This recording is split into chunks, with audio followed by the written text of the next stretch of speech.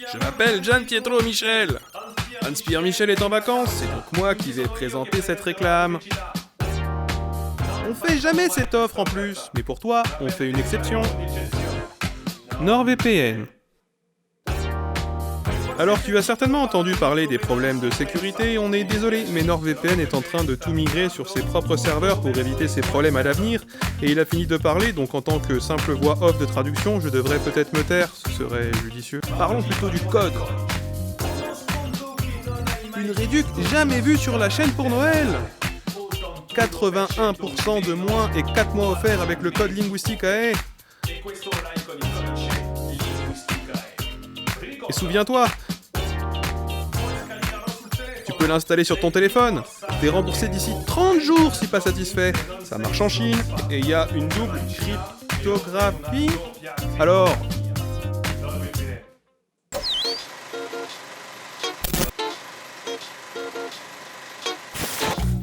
avec un titre comme ça, vous vous demandez si je vais vous prank. Pourtant, il existe bel et bien un territoire français qui parle avant tout anglais. Il est représenté par un sénateur, par un député à l'Assemblée nationale, enfin même par une députée en l'occurrence. Son drapeau est le même que le drapeau national, Macron y a été en visite. Mais y a pas de piège. C'est là ? Là ? Ou peut-être que c'est ailleurs que sur cette magnifique carte que j'ai réalisée en direct sur Twitch et que vous pouvez acheter sur la boutique ? La question reste en suspens. Allez, beaucoup se disent que c'est sûrement une île à la con, que les métropolitains doivent apprendre par cœur pour le brevet. Pourtant, c'est un territoire qui possède une frontière terrestre avec un autre pays européen.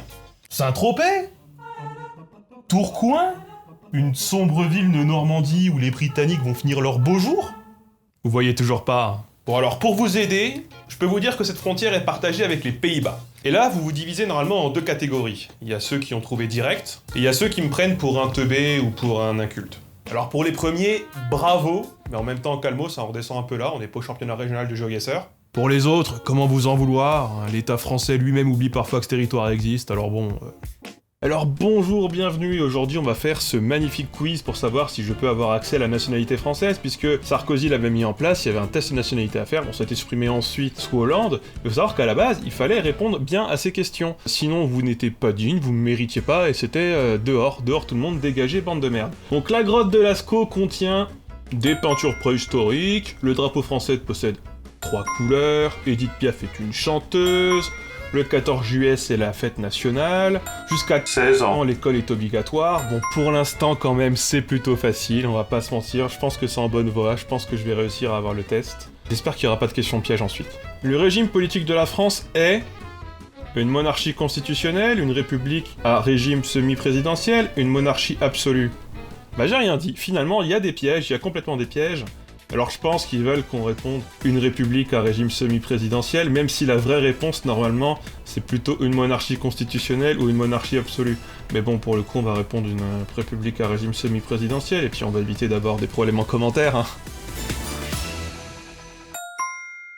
Le gouvernement français est dirigé par le président de la République, le Premier ministre, le président du Conseil. Là, encore une question piège. Parce que normalement, le chef du gouvernement, c'est le Premier ministre, mais dans les faits, c'est un peu le président qui décide tout, donc... ou le monarque, hein, mais bon, on n'est pas là pour ça, donc on va répondre ce qu'ils veulent qu'on réponde, on est des bons citoyens. Le Premier ministre. Laquelle de ces montagnes n'est pas en France ? Le Mont Blanc, le Mont Zeppelin ou le Mont Canigou ? Alors, normalement, je pense que c'est le Mont Zeppelin, mais le Mont Blanc, c'est pas totalement en France. Enfin, sauf sur les cartes françaises. Parce que c'est quand même un peu chez nous. Mais c'est vrai que si on regarde sur les cartes italiennes, le Mont Blanc, c'est aussi en Italie. Alors c'est vrai qu'il y a un litige territorial entre la France et l'Italie sur savoir de quel côté le Mont Blanc, où passe la frontière exactement, mais bon, le test n'a pas l'air de prendre ça en considération, donc on va être patriote. Mangez vos morts, les Rital, là, cette montagne inaccessible, c'est à nous. Puis quand tout aura fondu et que ça se cassera la gueule, on vous la rendra, on passera un accord, et puis vous vous démerderez dans vos vallées. Donc on va répondre le Mont Zeppelin quand même. Lequel de ces pays n'a pas de frontière avec la France ? La Belgique ? Les Pays-Bas ? L'Italie ? Ah merde. Je dois cocher un des pays, mais la France a une frontière avec les 3. Merde, je suis bien emmerdé. Du coup, je vais pas répondre. C'est pas grave, on m'expulsera vers le sud au Marnais, ou je demanderai l'asile en Belgique, mais tant pis, quoi. On se démerdera, quoi. Après, sans faire de mauvaise foi, je sais, la France, c'est Paris. Paris, c'est l'Hexagone. L'Hexagone n'a pas de frontière avec les Pays-Bas. On est un peu d'accord que les îles de la France, c'est pas la France, quoi. Donc je pense que les Pays-Bas, c'est la bonne réponse. La France possède donc une frontière avec le Pays-Bas depuis le XVIIe siècle. Et oui, là je vous l'apprends là en voix off, hein, et c'est pas une sombre enclave ni une ville à la con à statut particulier. Hein. Par contre, bon, bah, c'est bien une île qu'on doit apprendre pour le brevet. Ça, oui. Et cette île, eh ben, c'est Saint-Martin. Saint-Martin. Une île paradisiaque au milieu de quelque part trop loin pour qu'on en parle. Pourtant, je m'y éludais ayant été vu pas très loin. Alors Saint-Martin, c'est une île des Antilles dans les Caraïbes qui faisait partie jusqu'en 2007 du territoire guadeloupéen. Sauf que, si on prend les 2 points les plus proches entre ces 2 îles, ça fait quand même 230 bornes.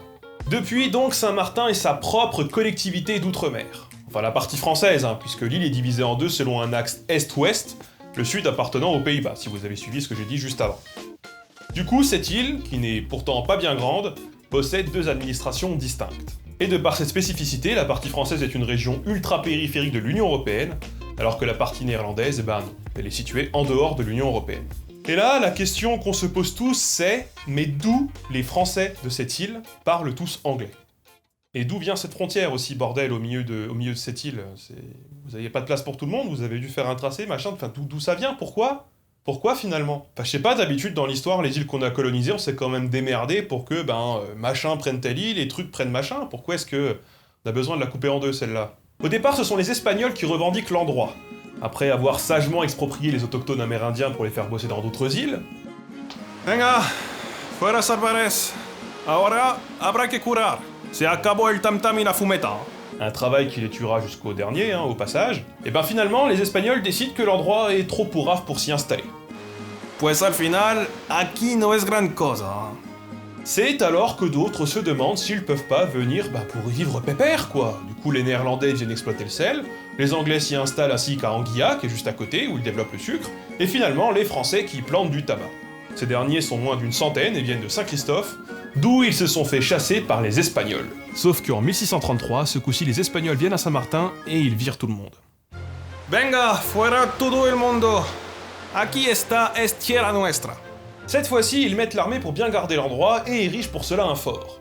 À l'époque, l'île est surtout composée de forêts primaires et la côte de mangroves, et c'est pas l'endroit le plus fun où vivre, on va se le dire entre nous. En 1648 alors, donc à peine 15 ans plus tard, les Espagnols se barrent. De verdad que no es gran cosa, hein. Y eso que ya lo sabíamos, ya. Les Néerlandais et les Français sautent sur l'occasion pour revenir coloniser l'île.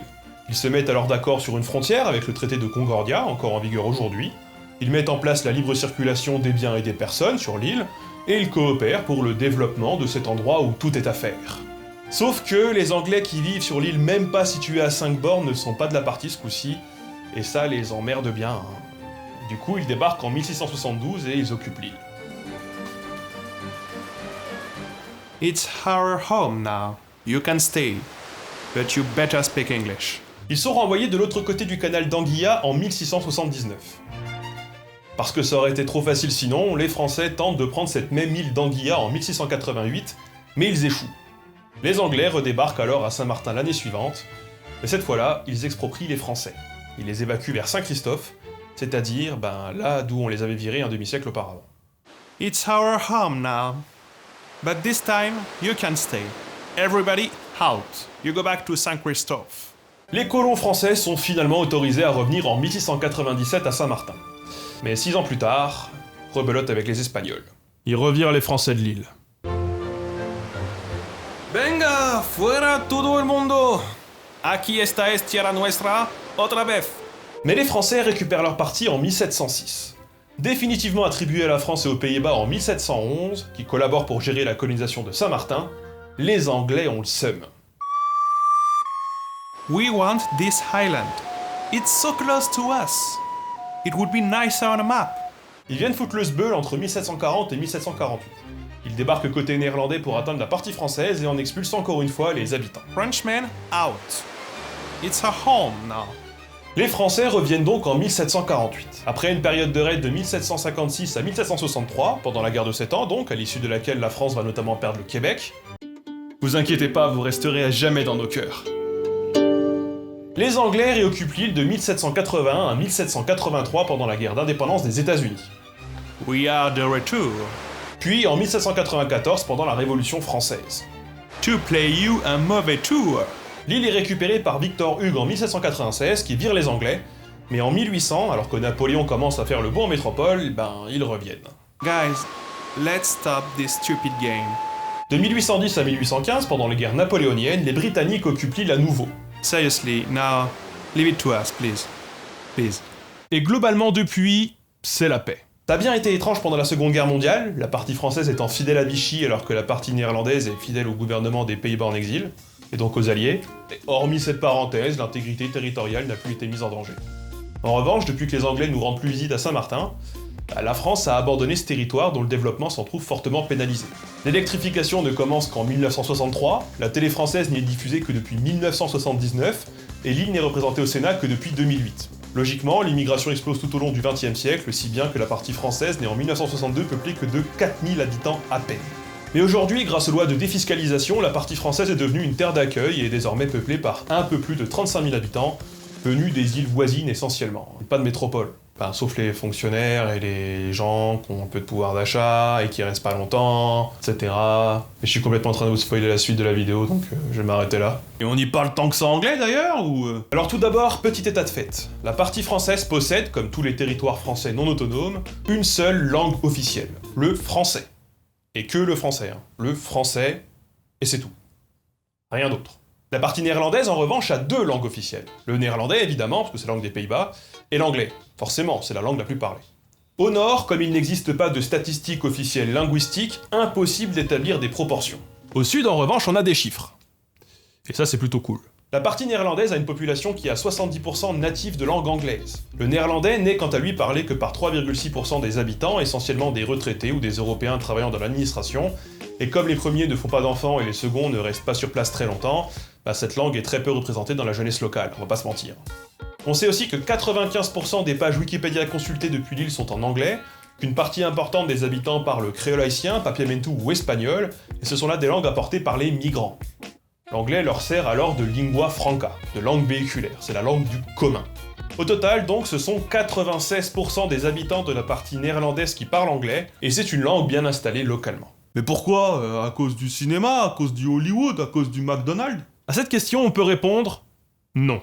Alors on sait que l'anglais était la langue principale de l'île dès 1850, c'est confirmé par l'amiral Alphonse Louis Théodore de Moge, commandant en chef de la station des Antilles et gouverneur de la Martinique, qui le notifie par écrit au ministre de la Marine de l'époque. Ensuite, comme on l'a vu plus tôt, les Anglais ont beaucoup occupé l'île, les Français se sont fait pas mal virer. Par contre, les esclaves noirs, eux, beaucoup moins. Si certains d'entre eux parlaient à l'origine le Nederhollands, enfin bref, en tout cas c'est un créole à base néerlandaise, et celui-ci est par contre vite remplacé par un autre, le créole anglais des îles Vierges, d'où viennent un bon nombre d'esclaves apportés par les Britanniques en 1672 lorsqu'ils viennent occuper l'île pour la première fois. On a également beaucoup de colons britanniques d'ailleurs qui viennent s'installer, et qui eux ne se font pas virer, parce qu'on a été peut-être plus sympa, je sais pas, ou pas sûr du tout que ce soit la raison. De plus, Saint-Martin est cerné par d'autres îles qui ne parlent ni français ni néerlandais, à commencer par Anguilla et les îles Vierges, Charlotte-Amalie étant le premier port de commerce avec lequel Saint-Martin échange dans son histoire, c'est un port qui est de langue anglaise. Évidemment, cette pression linguistique est facilitée par l'abandon de la France et des Pays-Bas qui laissent l'île livrée à elle-même. L'amiral Alphonse Louis Théodore de Moge, paye ton nom encore une fois, le dénonçait déjà au XIXe siècle, il y voyait là d'ailleurs la principale raison. De par la forte émigration qui frappe l'île, notamment la partie française dès le XIXe siècle, la part de francophones et de néerlandophones chute d'autant plus. Durant la Seconde Guerre mondiale, la partie française ralliée à Vichy est mise sous blocus par les Alliés et donc sous influence américaine, qui installe d'ailleurs une base militaire stratégique dans la partie néerlandaise, renforçant l'usage de l'anglais localement alors que l'île est dépeuplée et affaiblie par le conflit. Alors la tendance n'a pu que se renforcer avec le temps. Le tourisme qui se développe dans les années 50 sacralise la place de l'anglais sur l'île. Les migrants arrivant en masse dans les années 80 représentent rapidement la majorité de la population et ils privilégient naturellement aux langues officielles l'anglais, qui est majoritairement parlé sur l'île. D'autant plus que l'anglais est une langue qui a la cote pour tout ce qui concerne les rapports internationaux, je vais pas vous l'apprendre. Les migrants venus de Jamaïque et du Guyana contribuent évidemment au phénomène puisqu'il s'agit de leur langue maternelle, et les Pays-Bas étant eux-mêmes très anglophiles, les Européens utilisent l'anglais au quotidien en lieu et place du néerlandais dans cette partie. Alors après, effectivement, c'est vrai qu'on pourrait dire qu'une part substantielle des migrants est d'origine haïtienne et qu'ils parlent un créole à base française. Mais ils ont souvent du mal avec le français standard. Et contrairement à ce qu'on pourrait imaginer, fatalement, ils se tournent pas forcément vers cette langue. La majorité des médias sont en anglais et l'hymne de Lille, si elle a été traduite, c'est vrai, est avant tout connu en anglais. En revanche, dans la partie française, comme le français est la seule langue officielle, les communications orales officielles et la publicité locale est en français, une langue que beaucoup ne maîtrisent pas, pas du tout quoi. Pour dire les choses, ils la maîtrisent pas, ils la parlent pas. Et du coup, c'est un problème. You are in France, you speak French, comme dirait Chabal. Alors ça a l'air de rien, mais ça a posé un problème insolite tout ça. Tout d'abord, contrairement à la partie néerlandaise où l'anglais est une langue officielle et donc présente à l'école comme langue d'enseignement, la partie française n'a logiquement que le français comme langue à l'école. Sur une île où la majorité ne le parle pas et ne le comprennent pas, on se retrouve forcément avec un analphabétisme explosif et un taux de rupture scolaire record, je parle pas du taux de l'illettrisme, alors que le taux d'alphabétisation dans la partie sud, dans la partie néerlandaise, est de 100% selon les statistiques de l'UNESCO. À la sortie de l'école, les Saint-Martinois de la partie française paraissent donc moins compétitifs par rapport à leurs voisins, et beaucoup de Français font d'ailleurs le choix de scolariser leurs enfants dans la partie néerlandaise, qui est la seule à disposer de formation universitaire. Alors logiquement, dans ces conditions, le conseil municipal de Saint-Martin a demandé au gouvernement que soit reconnue la langue de communication régionale de l'île, pour la citer, c'est-à-dire l'anglais. Plus exactement, ils ont demandé une reconnaissance du créole anglais des îles Vierges, qui est la version de l'anglais qui a cours dans les rues. Alors ça sort pas de nulle part, pour cela Saint-Martin s'appuie sur la loi d'orientation pour l'outre-mer du 13 décembre 2000, notamment l'article 34 qui dit clairement que les langues régionales en usage dans les départements d'outre-mer font partie du patrimoine linguistique de la nation, et qu'elles bénéficient du renforcement des politiques en faveur des langues régionales afin d'en faciliter l'usage. Qu'est-ce que c'est beau! Sauf que, pour la métropole, l'anglais c'est surtout la langue de ces méchants roast-beef qui vivent de l'autre côté de la mer Manche, et dont on dénonce l'invasion linguistique dans les médias en permanence. Et oui. Et donc en 2001, l'État français a alors affirmé que contrairement aux Tahitiens à Tahiti, aux Créoles à la Martinique, ou aux Créoles à la Réunion, aux Mélanésiens à Wallis et Futuna, ou je sais pas quoi encore, la variété de l'anglais ayant cours à Saint-Martin ne saurait être reconnue ni comme langue maternelle, ni comme langue régionale, parce que c'est une langue étrangère. Celle de Londres, celle de New York, celle du Brexit, celle de Muse, tout ça quoi. L'anglais il peut pas être la langue de gens qui habitent sur une île française, parce que l'anglais c'est la LV1 au collège et au lycée. Donc bon, c'est pas bien logique tout ça, si vous voulez mon avis. Vous pourrez pas plutôt parler une langue nulle, là, dont personne connaît le nom, comme toutes les autres îles? Ça marcherait sûrement, puis ce serait quand même vachement plus clair et vachement plus simple, Du coup, l'école et la justice restent intégralement en langue française, si bien que les procédures pénales sont rarement comprises localement, un service de traduction est souvent requis. Pour la politique locale, si les comptes rendus écrits sont rédigés en français, il n'est pas rare que certaines localités n'utilisent que l'anglais pour la gestion des affaires courantes. Pour toutes les raisons que l'on vient d'aborder, Saint-Martin est une île singulière, tant pour son histoire politique que linguistique, et sa situation pose encore beaucoup de questions aujourd'hui. Devrait-on y officialiser l'anglais aujourd'hui? Alors il est vrai que l'anglais est hégémonique et que lui donner tel statut sur le territoire français peut paraître incompréhensible. Pourtant, la langue haute et de distinction sociale est dans la partie française de Saint-Martin, le français justement. C'est la langue qu'il faut maîtriser pour faire de la politique, car aucune autre langue n'est admise à l'Assemblée ni au Sénat, et c'est une condition obligatoire pour suivre des études supérieures en métropole. L'anglais n'est pas la langue haute à Saint-Martin, c'est la langue basse. La question peut également être la suivante. Si on ne donne pas l'anglais comme langue officielle de Saint-Martin, n'est-ce pas continuer de la traiter comme une colonie en fait? On pourrait supposer que le système actuel ne bénéficie en réalité qu'aux métropolitains qui sont de passage sur l'île. L'école en français est bénéfique à leurs enfants, naturellement, puisque c'est leur langue maternelle, bien que minoritaire à Saint-Martin, et la situation linguistique locale leur permet de grandir dans un bilinguisme français-anglais qui, une fois de retour en métropole, leur permettra un avantage certain sur le marché du travail. À cela, on pourrait rajouter que, plus riches que la moyenne, les métropolitains ont souvent recours aux écoles privées de l'île, en tout cas si j'en crois les quelques forums d'expatriés où je me suis renseigné. Parlant la langue de l'enseignement, celle des professeurs eux aussi venus de métropole, là où beaucoup ne la parlent pas, ils permettent de survoler les cours et se placer plus facilement dans le haut du panier, et donc d'avoir de très bons résultats pour leur dossier scolaire. Enfin, théoriquement. Ça, c'est très théorique. Effectivement.